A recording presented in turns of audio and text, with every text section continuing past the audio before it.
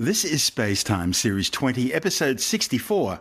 Coming up on SpaceTime: Galaxies at the cosmic dawn, Cassini begins its final 5 orbits around Saturn, and ancient Earth was a water world. All that and more coming up on SpaceTime. Welcome to SpaceTime with Stuart Gary.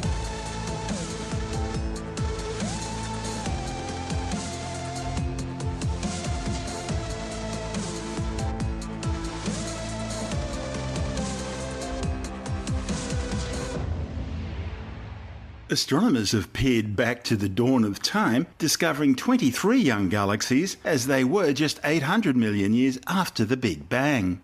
The findings reported in the Astrophysical Journal represent one of the deepest ever observations into the 13.8 billion-year-old universe.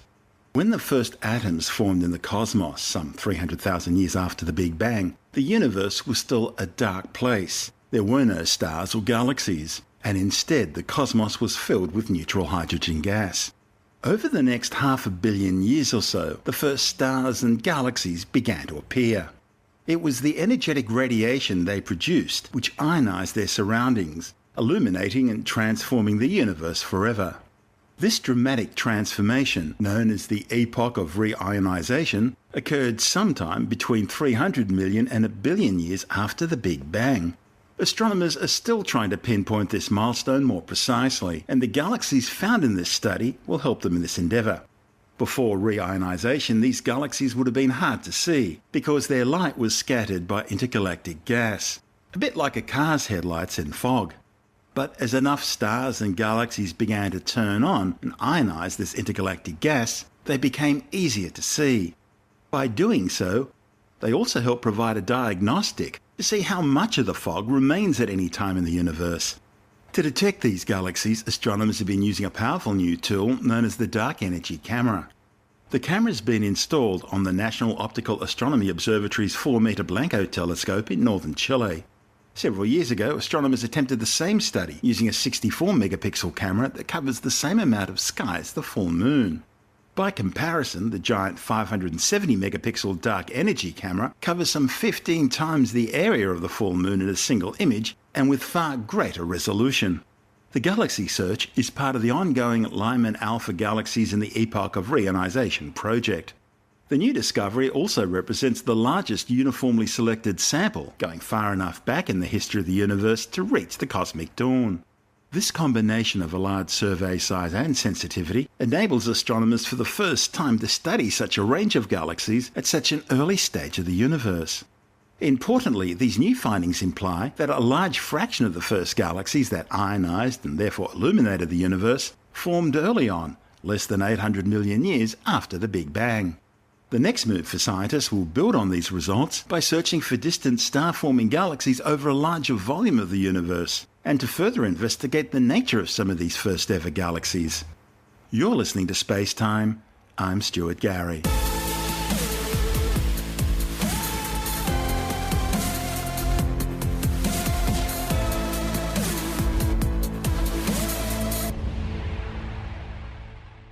NASA's Cassini spacecraft has entered new territory during its final mission phase, known as the Grand Finale, embarking on a set of ultra-close passes through Saturn's upper atmosphere with its final 5 orbits around the ringed world.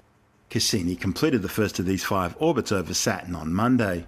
The spacecraft's closest approach to Saturn during these passes is between 1,630 and 1,710 kilometres above Saturn's cloud tops. During these final orbits, the spacecraft's encountering atmosphere dense enough to require the use of its small onboard manoeuvring rocket thrusters to maintain stability. That means they're conditions similar to those encountered during many of Cassini's close flybys of Saturn's moon Titan, which has its own dense atmosphere. Cassini project manager Earl Mays from NASA's Jet Propulsion Laboratory in Pasadena, California, says it was Cassini's Titan flybys which prepared mission managers for these rapid passes through Saturn's upper atmosphere. Mays says the team would consider the flybys nominal if the thrusters operated between 10 and 60% of their capability. On the other hand, if the thrusters are forced to work harder, it means Saturn's atmosphere is much denser than their models predict. Engineers will therefore have to increase Cassini's altitude for subsequent orbits. If that happens, it would require what mission managers refer to as a pop-up maneuver. Thrusters will be used to raise the altitude of closest approach on following orbits by around 200 kilometres. On the other hand, if the pop-up manoeuvre is not needed, and the atmosphere turns out to be less dense than expected during the first 3 of these orbits, engineers could alternatively use a pop-down manoeuvre to lower the closest approach to Saturn during the last 2 orbits, again by around 200 kilometres. Doing so would enable Cassini science instruments, especially its ion and neutral mass spectrometer, to obtain data on the atmosphere even closer to the ringed planet's swirling cloud tops. As it makes these 5 dips into the Saturnian atmosphere, followed by its final suicidal death plunge, Cassini will become Saturn's first atmospheric probe.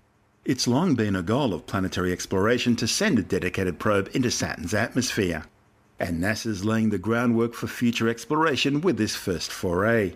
Other Cassini instruments will make detailed high-resolution observations of Saturn's aurora, temperature, and the vortexes at the planet's poles. Its radar will also peer deep into Saturn's atmosphere to reveal small-scale features as fine as 25 kilometres wide, which is nearly 100 times smaller than the spacecraft could observe prior to these final orbits. Then on September 11th, a distant encounter with the moon Titan will serve as a gravitational version of a large pop-down manoeuvre, effectively slowing Cassini's orbit around Saturn and bending its flight path slightly to send the spacecraft towards its September 15th death plunge into the planet. During the half-orbit plunge, the plan is to have 7 Cassini science instruments turned on and reporting measurements in near real time. Eventually, the spacecraft will descend deep enough to reach an altitude where atmospheric density becomes about twice that it's encountered during its final 5 passes. Once Cassini reaches that point, its thrusters will no longer be able to work against the push of Saturn's atmosphere to keep the spacecraft's antenna pointing towards the Earth. And it's at that point where contact with Cassini will be lost forever. The spacecraft will break up like a meteor moments later, finally bringing an end to its historic 20-year mission. You're listening to Space Time. I'm Stuart Gary.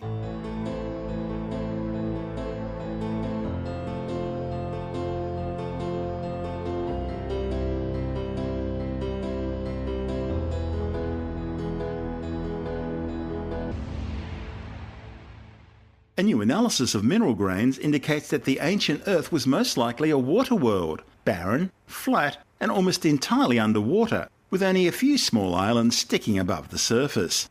The findings, reported in the journal Nature Geoscience, are based on a study of 4.4 billion-year-old zircon crystal grains, preserved in sandstone rocks in the Jack Hills of Western Australia, which are among the oldest fragments of Earth ever found. The study's lead author, Dr. Anthony Burnham from the Australian National University, says the history of planet Earth is a bit like a book with its first chapter missing. The problem is there are no surviving rocks from the very earliest period of Earth's formation, shortly after its creation 4.6 billion years ago. So instead, Burnham and colleagues have used trace elements in tiny time capsules of zircon crystals to try and build up a profile of the world at that time. Their research indicates there were no mountains or continental collisions during the Earth's first 700 million years or more of existence, making the planet a geologically more quiet and dull place.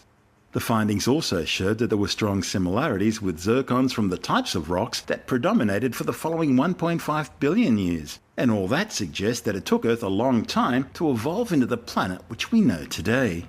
Burnham says the zircon grains that eroded out of the oldest rocks were like skin cells found at a crime scene.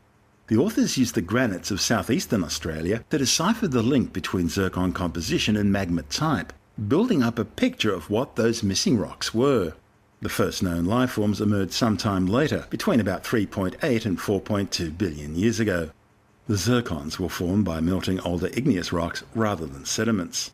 And that's important because sediment melting is characteristic of major continental collisions, such as those happening now through the formation of the Himalayan mountains being generated by the Indian tectonic plate colliding with the Eurasian plate.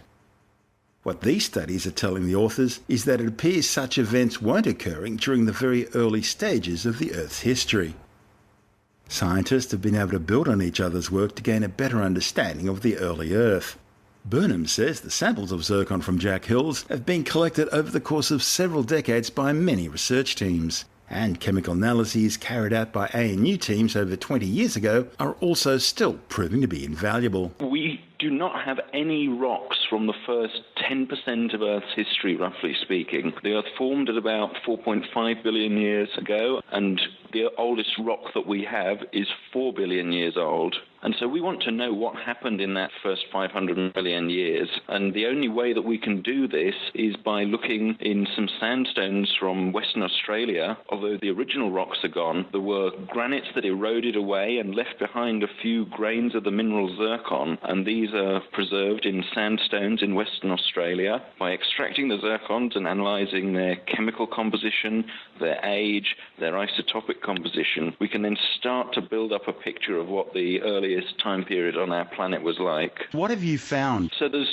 two major ways that granitic magmas form. One is by melting pre-existing igneous crust, and one is by melting sediments. And when we studied rocks of known provenance from southeast Australia, we were able to actually build up a chemical fingerprint of the two different types of granite. And what we found was that these oldest mineral grains on the Earth seem to have the closest affinity to the ones that form by melting igneous crust. So there's no evidence, or not much evidence really, that there was recycling of sediments and melting of sediments on the early Earth. Now that's interesting when you start to think about the type of plate tectonics that might have happened then, because nowadays those sediment melts tend to form in massive continental collisions, places like the Alps or the Himalayas. And so the fact that we don't see much evidence of that in the early Earth is very interesting. What's that telling you about the topography and, I guess, the overall makeup of the early Earth then? Well, the isotopic evidence that other people have collected shows that there probably wasn't much continental crust at the time, and what we suggest from our results is that there weren't any kind of major collisions between whatever continental units they had back then. Reasonably homogeneous, without much in the way of tectonic activity. Yeah, and of course we have a little bit of a sampling bias here because all of these zircons are coming from one rock type and we don't have any evidence about the other rocks that might have been around. But yeah, it was a very different place from the Earth that we have nowadays with plate tectonics and so forth. We do think that there was liquid water on the surface of the Earth back then from some isotopic evidence, but exactly how much and how distributed it was is kind of an open question. How do the zircons actually allow you to see this? How do they act as a time capsule to let you determine what happened on the Earth during its very early formation, from the time the place was formed, 4.6 billion years ago, up until about 4 billion years ago? Yeah, so the principle of measuring the ages of rocks relies on radioactive decay. And in the case of zircon, we have almost the perfect mineral for doing this. Zircon, when it grows, takes in atoms of uranium and thorium, but it doesn't take in atoms of lead. Now, uranium decays to lead, and because there wasn't any lead in the zircon when it formed, we can then use the concentration of lead and the isotopic composition of the lead to calculate when that zircon crystallized. And once it's crystallized, it doesn't change anymore internally. Zircon is an exceptionally robust mineral. There are other minerals that are used in dating, but they are much more susceptible to alteration by fluids or by high temperatures. But zircon's a really tough one, and it just holds on to its atoms. So we can generally trust that the composition we measure now relates to the original composition that it had. And that was kind of the basis for our study, that we went to these granites of known provenance in southeast Australia, ones that we knew either came from melting sediments or from melting igneous rocks, and we were able to decipher the compositions that we see in the ancient zircons instead. As well as using it for dating,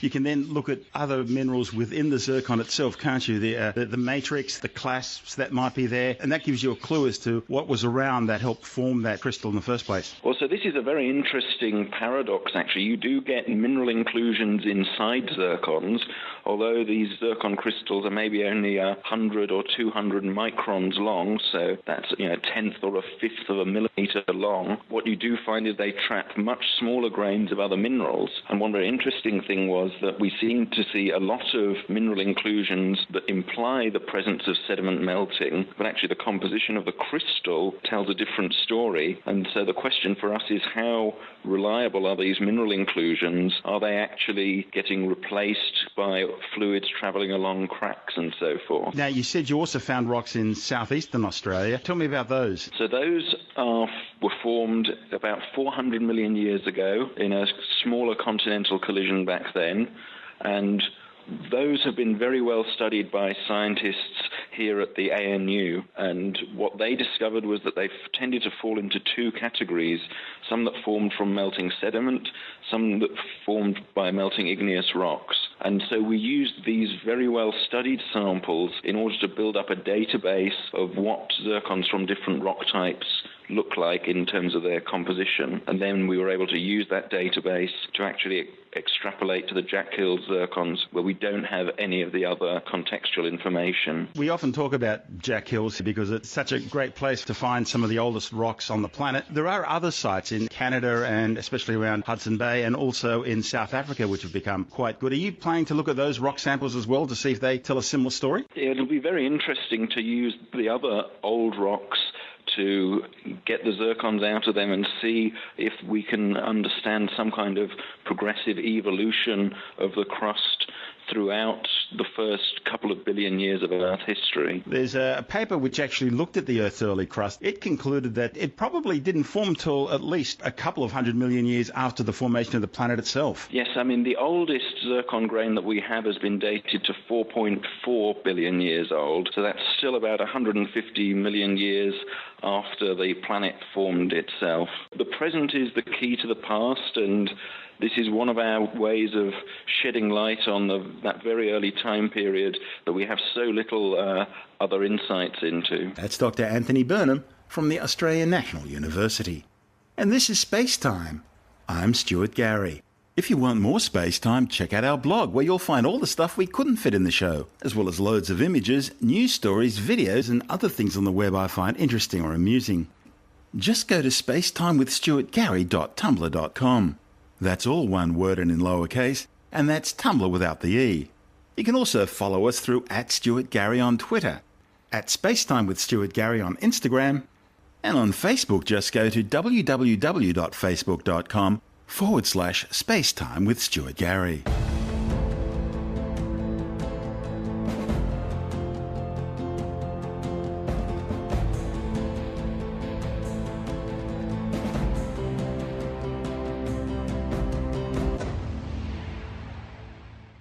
Astronomers using the European Space Agency's Gaia satellite have discovered 6 high-velocity stars which appear to have been flung out of the galactic centre through close encounters with the Milky Way's supermassive black hole.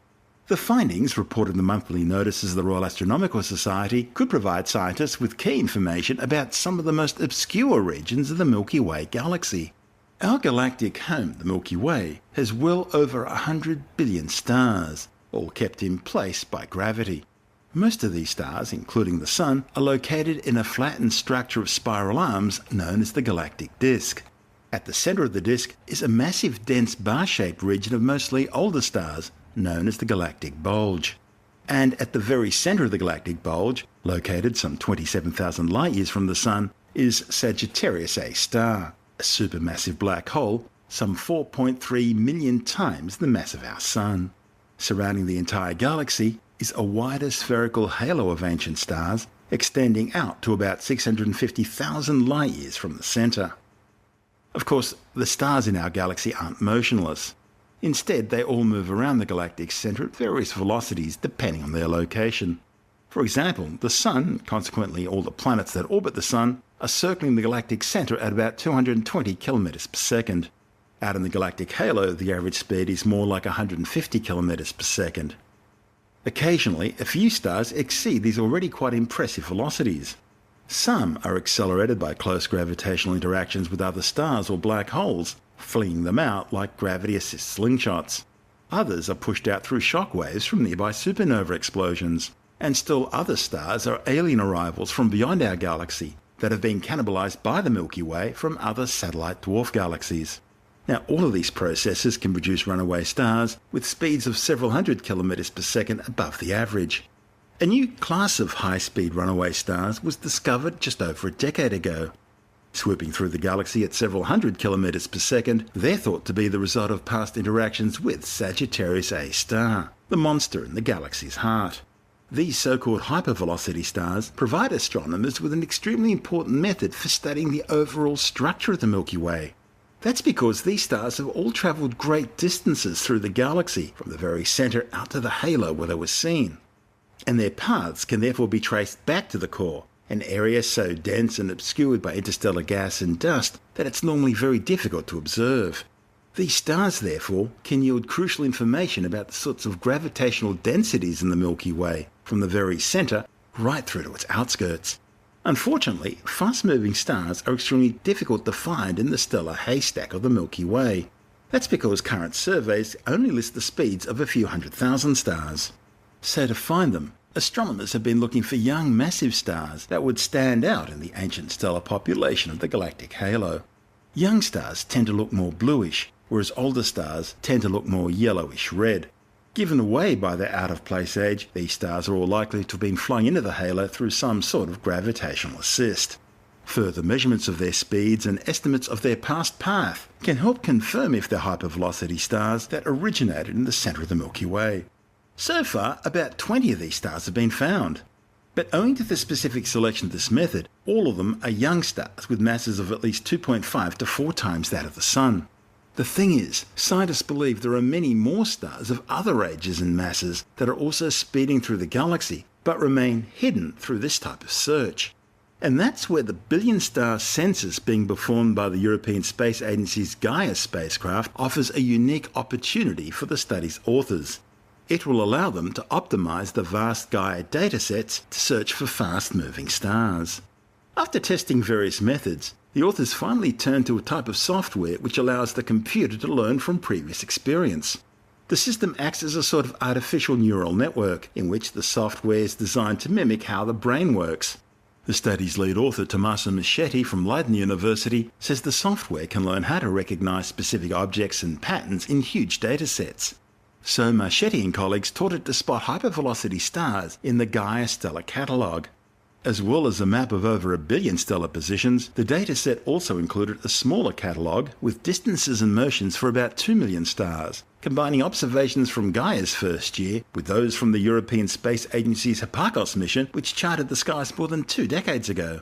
Referred to as the Tycho Gaia Astrometric Solution, or TGAS, this resource offers a taste for future catalogues that will be solely based on Gaia data. On the day of the data's release, the authors ran their new algorithm on the 2 million stars of TGAS.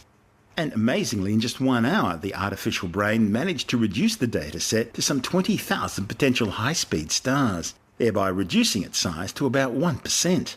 A further selection, including only measurements above a certain precision in distance and motion, brought this 20,000 down to just 80 stellar candidates. They then looked at these 80 stars in more detail.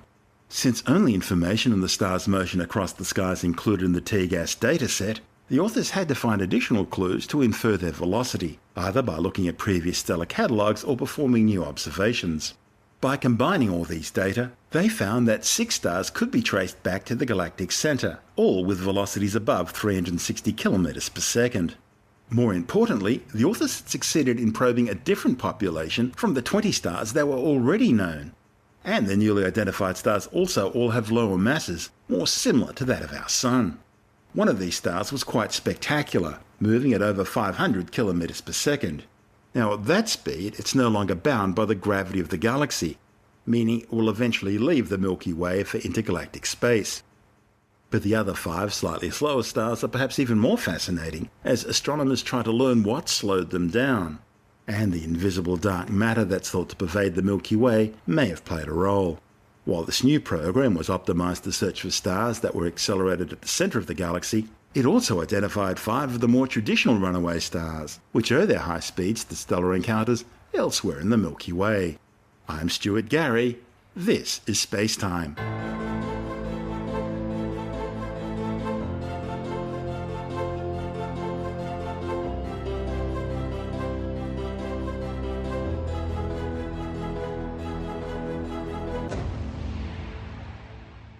An asteroid which could have missed the Earth by as little as 6,800 kilometres will now fly by the planet at a far more comfortable distance of 44,000 kilometres. Still close, but not as close as it could have been.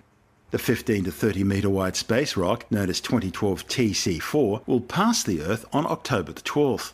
The new revised figures follows additional observations of the NEO, or near-Earth object, using the European Southern Observatory's VLT, or Very Large Telescope, in Chile. The earlier estimates were based on just 7 days of observations back in 2012 when the asteroid was first discovered. Scientists with NASA and the European Space Agency are studying the house-sized asteroid in detail to try and determine its exact size and composition. 2012 TC4 was discovered by the Pan-STARRS 1 telescope on Maui in Hawaii in October of 2012. Just a week later it flew past the Earth at a distance of just 94,800 kilometres. Astronomers still know very little about 2012 TC4, other than it's elongated and is rapidly rotating on a 1.67 Earth-year orbit around the Sun. Astronomers think this asteroid's about the same size as the meteor which airburst over the Russian city of Chelyabinsk back in February 2013, injuring some 1,500 people, damaging some 7,000 buildings, and letting the world know just how popular dashcams have become in the Russian Federation.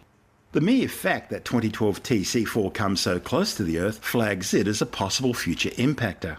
Consequently, NASA's using the close encounter as a live test of America's planetary defense network. Now that 2012 TC4 has been found again, the exercise will track and characterize the asteroid as if it were a potential impactor in order to exercise the entire planetary defense system, including observations, modeling, predictions, and communications. The exercise will involve more than a dozen observatories, universities and labs across the world to collectively learn the strengths and limitations of Earth's planetary defense capabilities. I'm Stuart Gary. You're listening to SpaceTime.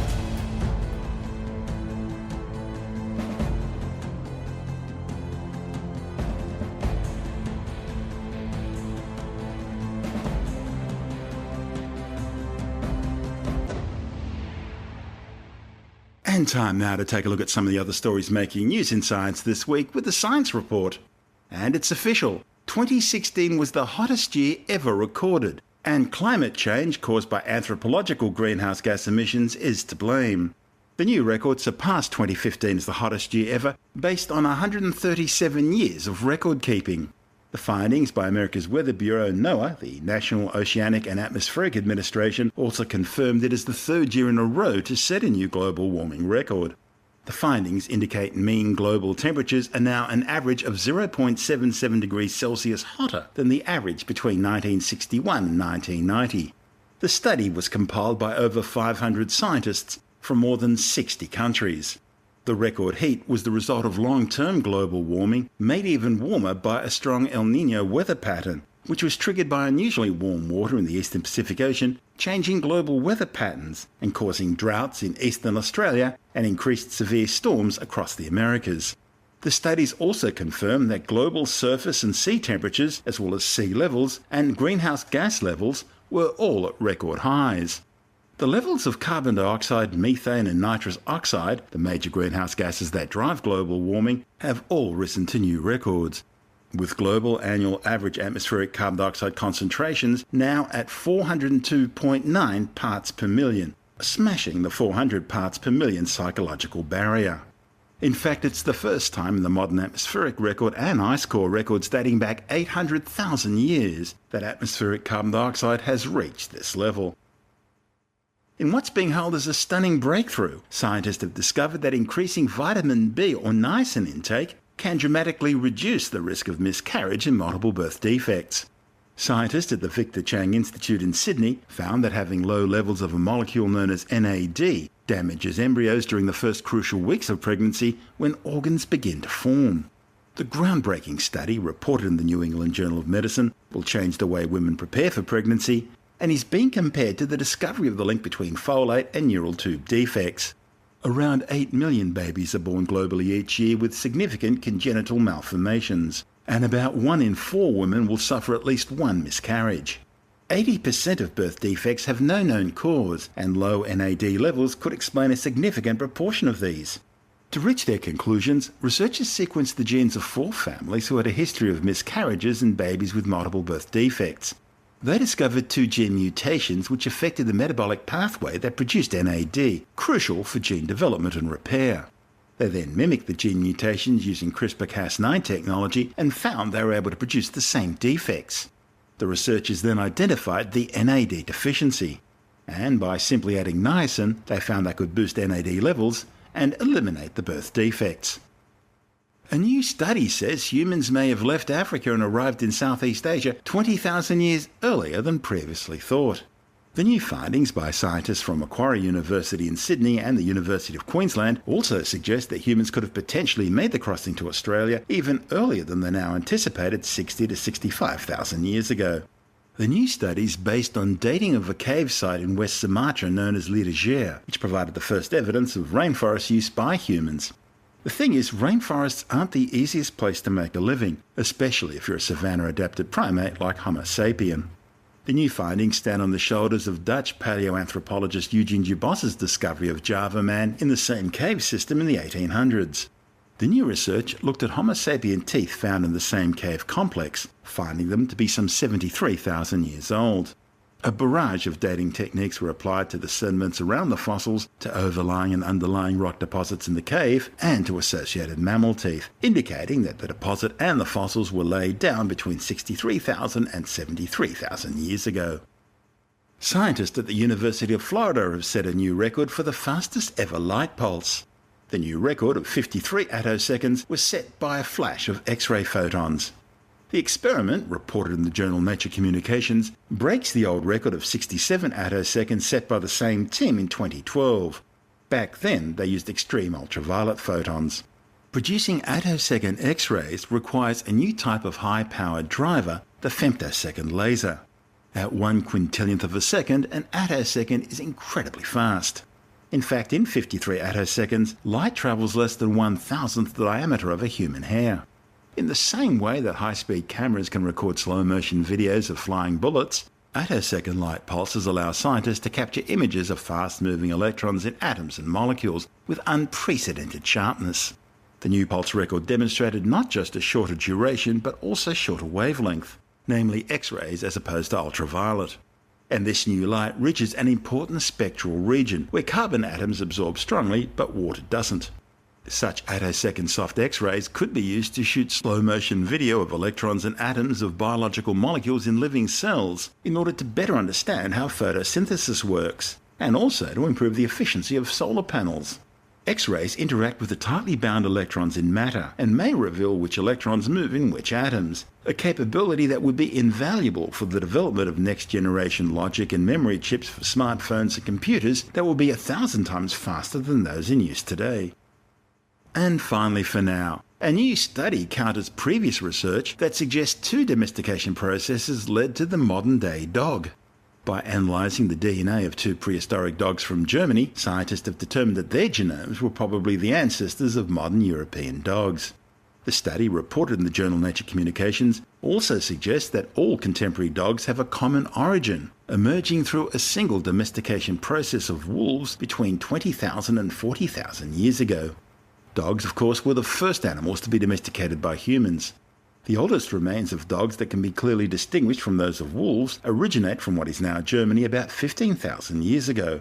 Unfortunately, the archaeological record is rather ambiguous, with claims of ancient domesticated dog bones from as far afield as Siberia. In fact, last year, researchers who sequenced the genome of a 5,000-year-old dog from Ireland suggested that dogs were domesticated not once but twice. That team had hypothesized that an indigenous European dog population was replaced by incoming migrants independently domesticated in East Asia during the Neolithic. However, the new results contradict those findings, instead showing that ancient European dogs from the same time period were very similar to modern European dogs, including the majority of dog breeds people keep as pets today. The new findings means there was no mass Neolithic replacement that occurred on the continent, and that there was likely only a single domestication process for the dogs observed in the fossil record from the Stone Age, and that we also see alive today. Scientists used a 7,000-year-old dog to narrow the timing of dog domestication to between 20,000 and 40,000 years ago. They found evidence that a younger 4,700-year-old dog represented a mixture of European dogs and a population that resembles current Central Asian and Indian dogs. This finding may reflect people migrating from the Asian steppe to Europe at the beginning of the Bronze Age, bringing their own dogs with them. The question of exactly where dogs were first domesticated remains a mystery, although sequencing of additional ancient Eurasian genomes will eventually help solve even this issue. I'm Stuart Gary. This is SpaceTime.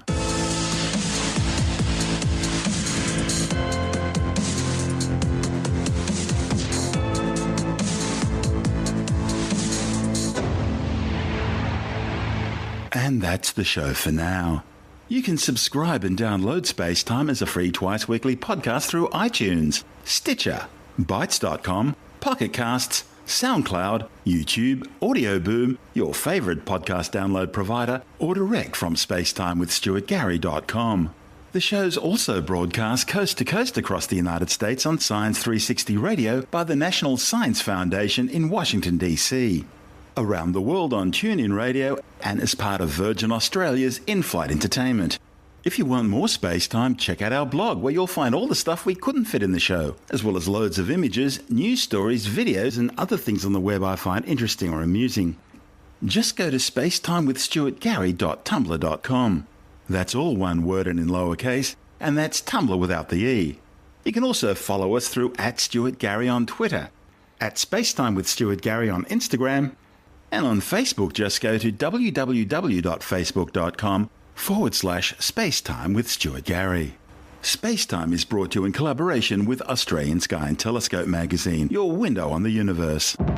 You've been listening to SpaceTime with Stuart Gary.